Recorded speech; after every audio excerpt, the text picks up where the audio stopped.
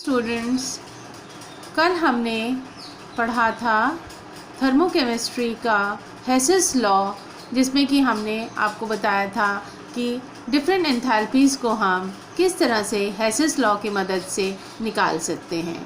आज हम बच्चों पढ़ेंगे बॉन्ड एंथैल्पी या बॉन्ड एनर्जी, जिसको बोलते हैं बंध की पूर्ण ऊष्मा या बंध ऊर्जा। तो बच्चों, हमें पता है कोई भी मॉलिक्यूल बनता है तो उसमें जो है कई सारे बॉन्ड्स होते हैं, और जब कोई रासायनिक अभिक्रिया होती है तो उसमें कुछ बंध जो है टूटते हैं और कुछ नए बंध बनते हैं। तो हम कहते हैं कि जब बंध टूटते हैं तो उस टाइम जो है ऊर्जा का अवशोषण होता है, और जब बंध नए बनते हैं तो ऊर्जा उसमें से निकलती है। तो हम इसको कैसे परिभाषित कर सकते हैं? एक मोल पदार्थ के अणुओं में कोई बंध विशेष तोड़ने के लिए आवश्यक न्यूनतम ऊर्जा उस बंध की बंध ऊर्जा या बंध एंथैल्पी कहलाती है। ठीक है बच्चों, हर एक जगह एंथैल्पी में जब भी बात हुई है तो एक मोल की बात हुई है। तो एक मोल अगर हमारे पास अणु है और उसमें से कोई विशेष बंध तोड़ने के लिए हमको जो आवश्यक न्यूनतम ऊर्जा है उसे हम बॉन्ड एंथैल्पी या बॉन्ड एनर्जी कहेंगे। अब बच्चों, हमें पता है कि कोई भी एक मॉलिक्यूल पदार्थ का है तो उसमें कितने जो है उसकी संख्या होती है 6.02 इंटू 10 की पावर 23 उसमें जो है एक मोल पदार्थ में अणुओं की संख्या होती है। अतः सभी अणुओं में बंध विशेष की संख्या भी 6.02 इंटू 10⁻23 होगी, और इन सभी बंधों को तोड़ने के लिए जो आवश्यक ऊर्जा है वो पदार्थ की बंध ऊर्जा होती है। ठीक है, अब हम अगर डाई एटॉमिक मॉलिक्यूल का केस लें, द्विपरमाणुक अणु का केस लें, जैसे कि क्लोरीन मॉलिक्यूल, तो क्लोरीन मॉलिक्यूल टूटकर हमको 2 क्लोरीन एटम देता है। तो ये इसका एटोमाइजेशन हो रहा है, विघटन हो रहा है, या इसका एटोमाइजेशन हो रहा है, परमाणुकरण हो रहा है। तो उसमें जो ऊर्जा अवशोषित हो रही है वो 243 किलो जूल्स है। तो ये इसकी क्या हो गई? बंध ऊर्जा हो गई। ठीक है, यानी कि यहाँ पर कौन सा बॉन्ड था? पहले यहाँ पर जो है आपका Cl बॉन्ड था वो टूट गया, और यहाँ पर 2Cl आपके एटम्स जो है वो बन गए हैं।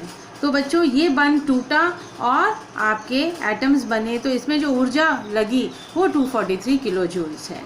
ठीक है, अब हम दूसरा एग्जाम्पल लें अगर HCl का, तो HCl में भी आपका कौन सा बॉन्ड है? H और Cl बॉन्ड है। तो ये HCl बॉन्ड जो है टूटकर हमको एक हाइड्रोजन एटम और एक क्लोरीन एटम देता है, और जो ऊर्जा इस प्रोसेस में अवशोषित हो रही है इस बॉन्ड को तोड़ने में वो 24.6 किलो जूल्स हो रही है। ठीक है, तो हम कह सकते हैं कि जब किसका मॉलिक्यूल है? डाई एटॉमिक द्विपरमाणुक मॉलिक्यूल है, तो वहाँ पर जो बंध ऊर्जा का मान होगा वो उस अणु की वियोजन ऊष्मा के बराबर होगा। तो ये बच्चों बहुत इम्पॉर्टेंट पॉइंट है कि जो भी बॉन्ड एनर्जी है उसका मान किसके बराबर होगा? उसके वियोजन ऊष्मा के बराबर होगा। ठीक है, अब हम अगर लें केस किसका? पॉली एटॉमिक मॉलिक्यूल का, तो पॉली एटॉमिक मॉलिक्यूल में बच्चों एक से अधिक बंध होते हैं, हमें पता है, और वहाँ पर थोड़ा सा केस जो है वो डिफरेंट हो जाएगा। उसके लिए हम कह रहे हैं जिस बंध विशेष को तोड़ा जाता है उसके लिए आवश्यक ऊर्जा शेष भाग की प्रकृति पर निर्भर करती है। अतः समान बंधों की ऊर्जाओं के मान भी भिन्न होते हैं। क्या कह रहे हैं हम? कि जहाँ एक से अधिक बंध की बात है तो वहाँ पॉलीएटॉमिक मॉलिक्यूल भी कोई भी बंध विशेष को जब हम तोड़ रहे हैं तो उसके लिए जो आवश्यक ऊर्जा होगी वो जो शेष भाग है उसकी प्रकृति पर भी निर्भर होगी।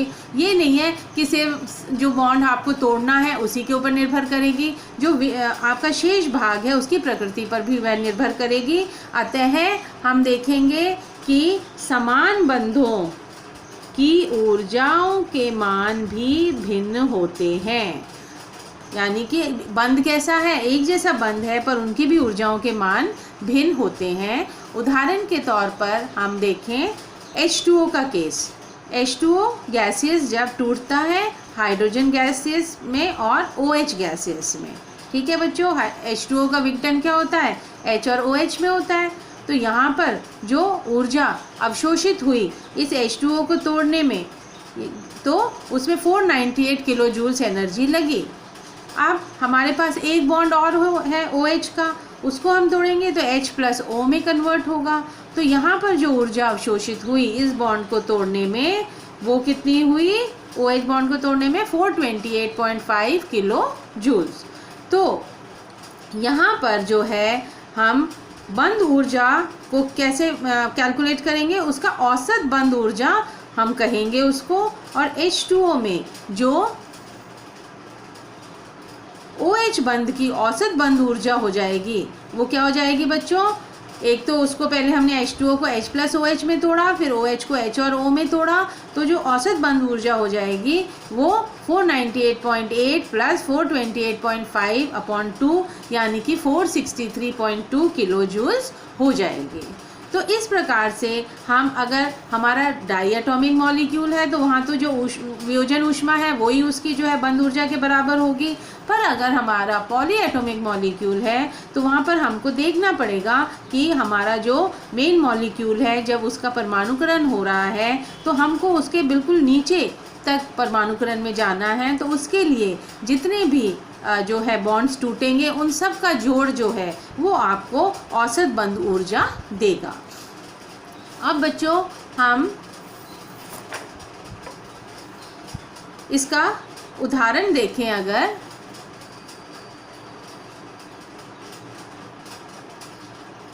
हम दूसरा एग्जाम्पल लें, अगर पहला एग्जाम्पल हमने क्या लिया कि हमारे पास H2O मॉलिक्यूल था, H2O मॉलिक्यूल में जो है औसत बंद ऊर्जा OH बंद की क्या होगी।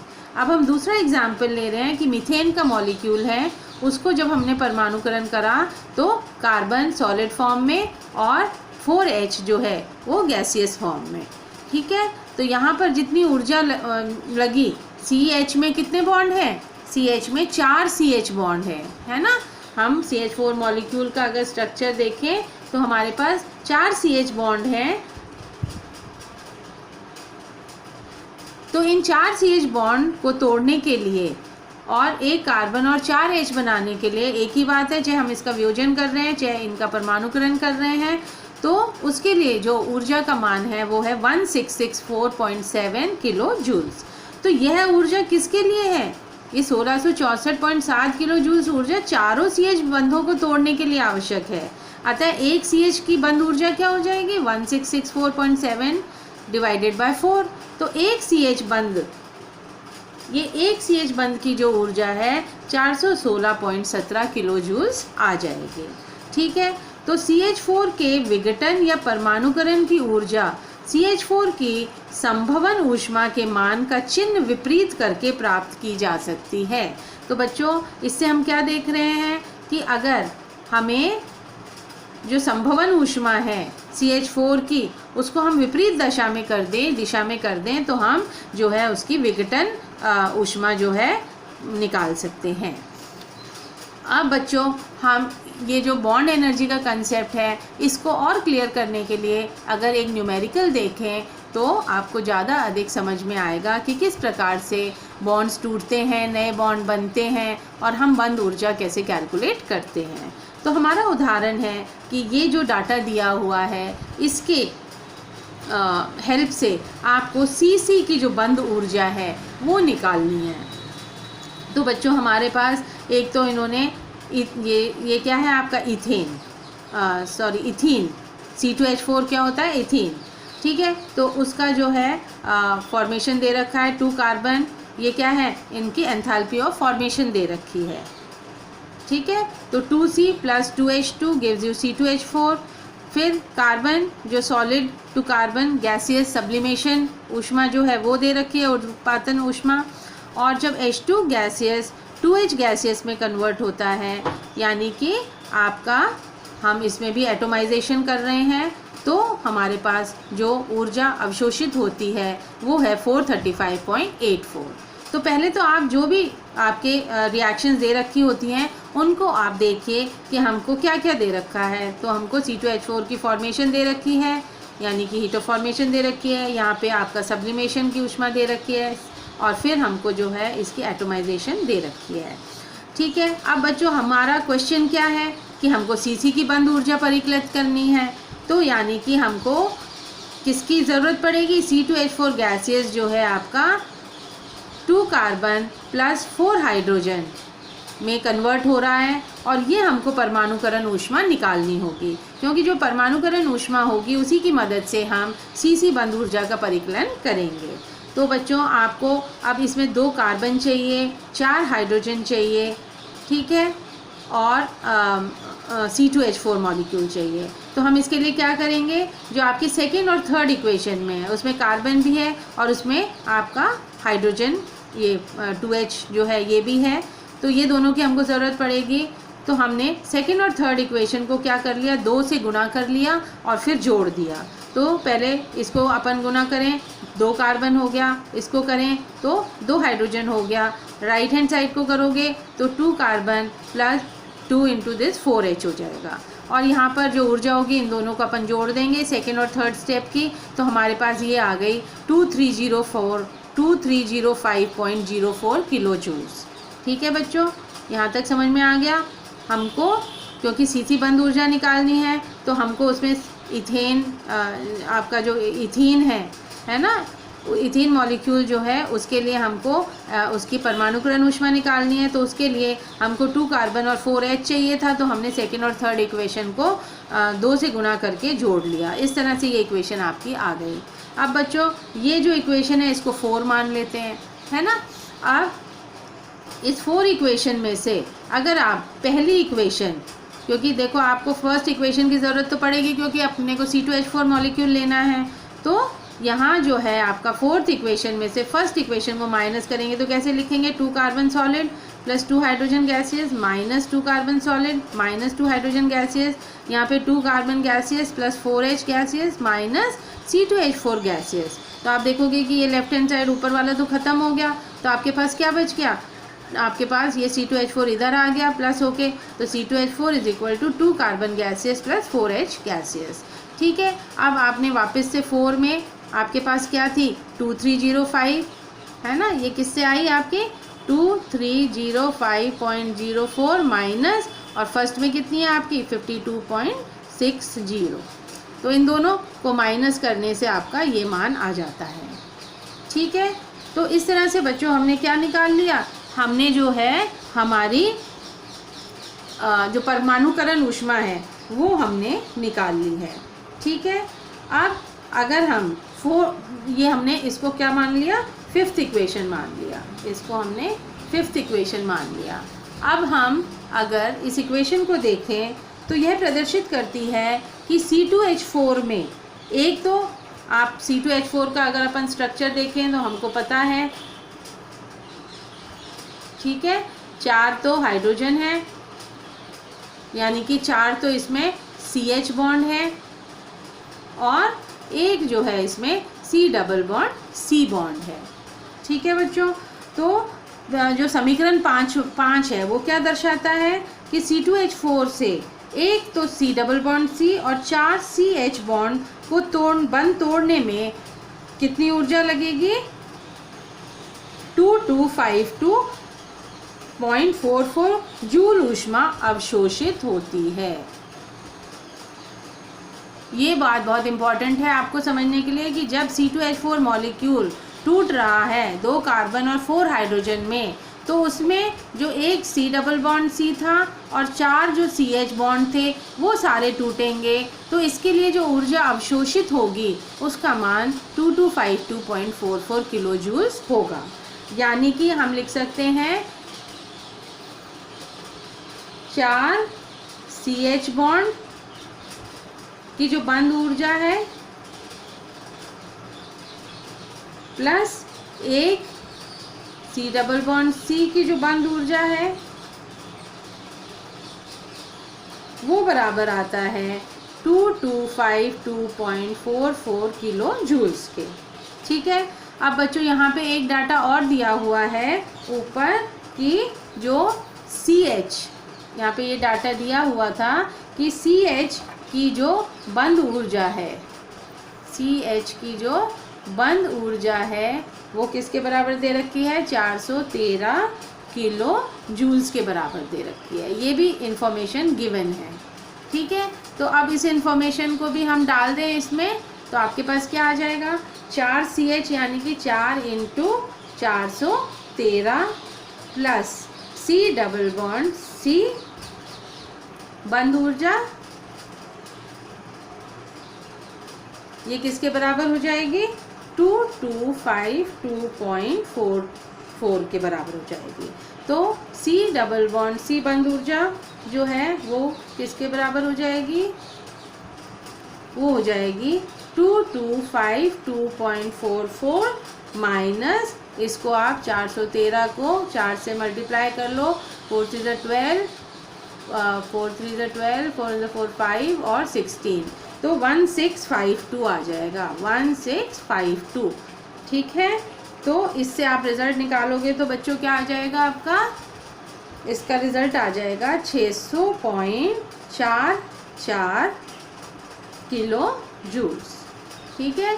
2252.44 को अगर अपन 1652 इसमें से माइनस कर दें तो 0.44 पूरा बच गया, 0 0 और आपका 12 में से 6 गया 6, तो 600 बच गया, ठीक है। तो यानी कि जो हमारी कार्बन डबल बॉन्ड कार्बन, ये जो इसकी जो बॉन्ड एनर्जी है, बंद ऊर्जा जो है वो किसके बराबर आ गई? हमारी आ गई 600.44 के बराबर। तो इस तरह से आपको कहीं भी बॉन्ड एनर्जी का जब परिकलन करने की बात है तो हमको जो गिवन इक्वेशंस है उनको ध्यान से देखना है कि हमारी जो हमको निकालना क्या है, CC की बंद ऊर्जा निकालनी है, ठीक है। तो यहाँ पर हमारा पता होना चाहिए हमें कि परमाणुकरण ऊष्मा क्या है, क्योंकि हमने शुरू में आपको बताया था कि बंद ऊर्जा किसके बराबर होगी? परमाणुकरण ऊष्मा के बराबर होगी। तो ये आपको एक रिएक्शन जो है ये अपन सीधा लिख सकते हैं, भाई 2 कार्बन है, 4 हाइड्रोजन है, और फिर इसको निकालने के लिए आपको क्या गुना भाग जोड़ करना पड़ेगा वो आपको थोड़ा सा देखना पड़ेगा, और सीधा सीधा आप चलते जाइए, आपको कहीं कोई कंफ्यूजन नहीं होगा। अब बच्चों इसकी और एप्लीकेशंस हैं जिनको हम देखेंगे। एक एप्लीकेशन हम देख लेते हैं। हमको क्या निकालना है? Heat of reaction.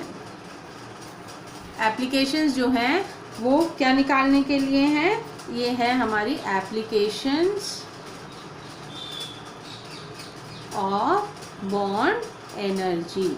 ये जो हमने बॉन्ड एनर्जी का कंसेप्ट पढ़ा है ये कहाँ अप्लाई होता है? तो पहला इसका एप्लीकेशन है calculation of heat of reaction.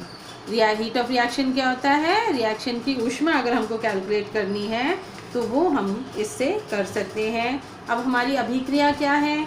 CH4 gaseous plus Cl2 gaseous gives you CH3Cl gaseous plus HCl gaseous, और इनमें जो अभिक्रिया ऊष्मा हमको क्या निकालना है? इसकी हीट ऑफ रिएक्शन निकालनी है।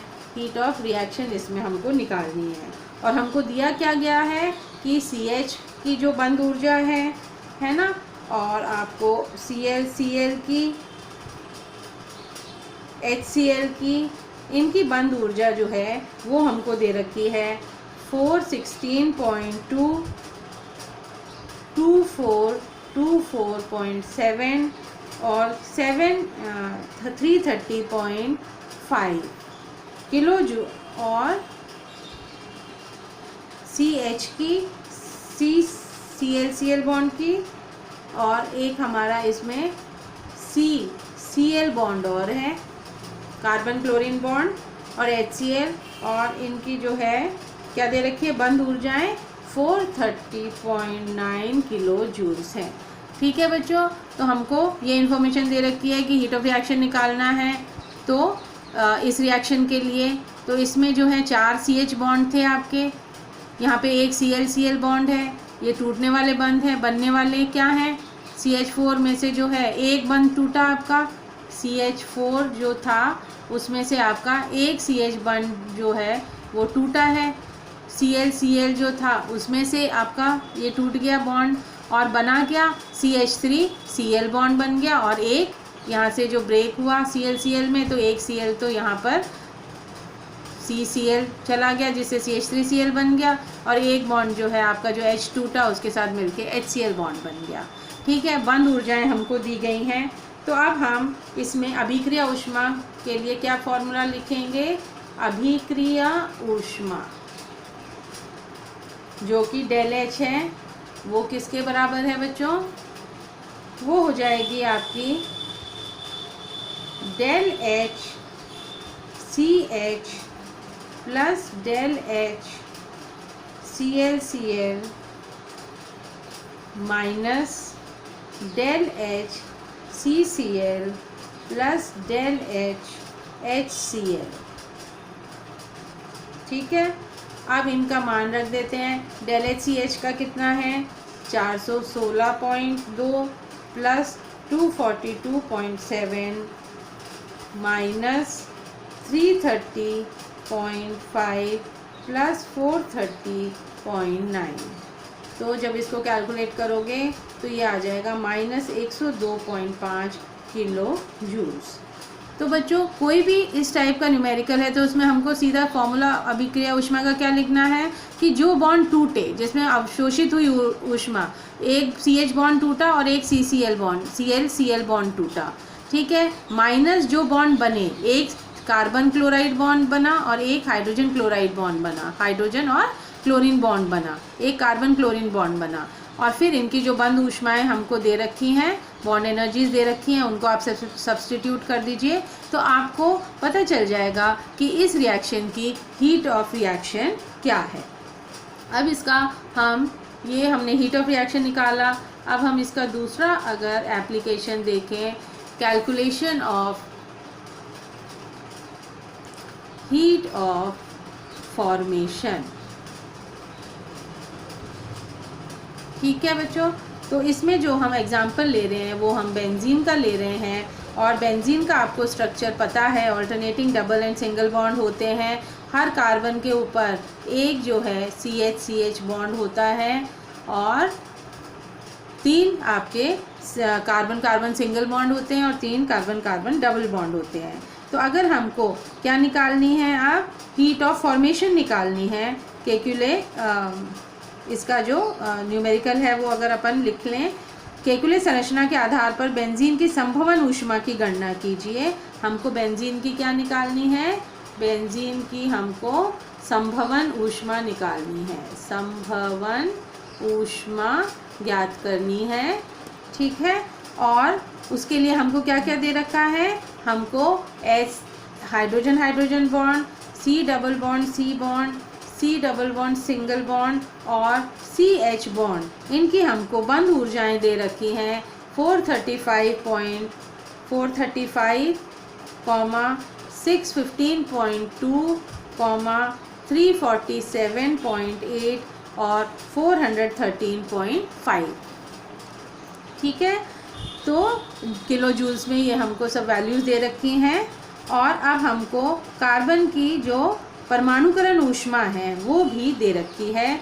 कार्बन की परमाणुकरण ऊष्मा या हीट ऑफ एटोमाइजेशन वो भी हमको दिया गया है, वो बराबर है 700 किलो जूल प्रति मोल।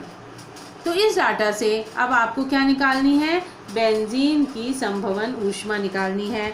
तो बच्चों सबसे पहले हम अगर फॉर्मूला लिखें heat of formation of benzene का, तो आप कैसे लिखोगे, बेंजीन में क्या है 6 कार्बन आपके गैसियस जुड़ते हैं प्लस 3 हाइड्रोजन मॉलिक्यूल या जिसमें बॉन्ड HH होता है गैसियस फॉर्म में, और आपको 1 मोल बेंजीन मिलता है।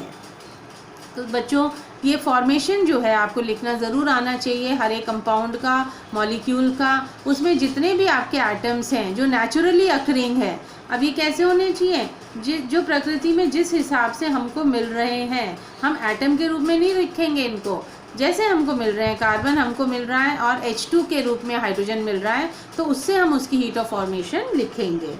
ठीक है।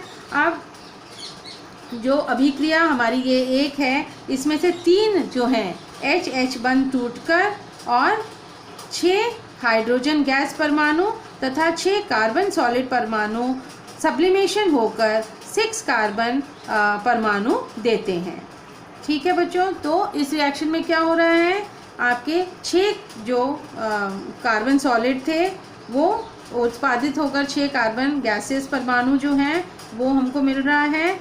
और अब अगर हम देखें कि C6H6 में, तो हमारे पास 3 जो हैं सिंगल बॉन्ड हैं, 3 जो हैं डबल बॉन्ड हैं और 6 जो हैं वो CH बॉन्ड हैं। तो अगर हमें बेंजीन की संभवन ऊष्मा निकालनी है, बेंजीन की हीट ऑफ फॉर्मेशन निकालनी है, तो उसके लिए हम जो फॉर्मूला यूज़ करेंगे वो क्या करेंगे, वापस से del H formation is equal to 6 into carbon की हीट ऑफ एटोमाइजेशन या परमाणुकरण ऊष्मा, ठीक है, प्लस 3 इंटू HH बंध ऊर्जा। ठीक है, ये आपका इसका फॉर्मेशन आ गया। माइनस क्या हो जाएगा, 3 into carbon carbon bond energy plus 3 into carbon carbon double bond energy plus 6 into carbon CH bond energy. ठीक है बच्चों, तो ये हमने हीट ऑफ फॉर्मेशन का फॉर्मूला लिखा। क्योंकि इसमें जो है 6 कार्बन जो बन रहे हैं आपके, उनकी परमाणुकरण ऊष्मा क्या है, और ये जो 3 आपके HH हैं इनकी बंध ऊर्जा, क्योंकि इसमें आपको ये जुड़ के आपको C6H6 दे रहे हैं, तो आपको इनकी अगर बंध ऊर्जा पता है और इसका परमाणुकरण ऊष्मा पता है, और फिर जब मॉलिक्यूल बनता है तो एनर्जी निकालती है, तो उसमें आपके कितने बन रहे हैं, सिंगल बॉन्ड, 3 डबल बॉन्ड और 6 CH बॉन्ड। तो इनकी अगर हम वैल्यू पुट कर दें, इन सब चीज़ों की हमको वैल्यू दे रखी है, क्या क्या दे रखी है, 6 इंटू एटोमाइजेशन की 700 प्लस 3 इंटू हमारे पास HH की जो बॉन्ड एनर्जी है वो 435 दे रखी है। तो इसको बच्चों लिख लीजिए, और सारी जो हमको दे रखी हैं 3 इंटू कार्बन सिंगल बॉन्ड की कितनी है, 3 कार्बन सिंगल बॉन्ड की आपकी है 3 into 615.2 plus 3 into 347.8 plus 6 into 43.5। ठीक है, और ये बराबर आ जाता है 135 किलो जूल्स के। यानी कि बेंजीन की जो संभवन ऊष्मा है, हीट ऑफ फॉर्मेशन है, वो कितनी है, 135 किलो जूल्स। तो बच्चों, इस प्रकार से हम बॉन्ड एनर्जी को यूज़ करके हम हीट ऑफ रिएक्शन की ऊष्मा या संभवन ऊष्मा किसी भी रिएक्शन के लिए या कंपाउंड मॉलिक्यूल के लिए निकाल सकते हैं। धन्यवाद।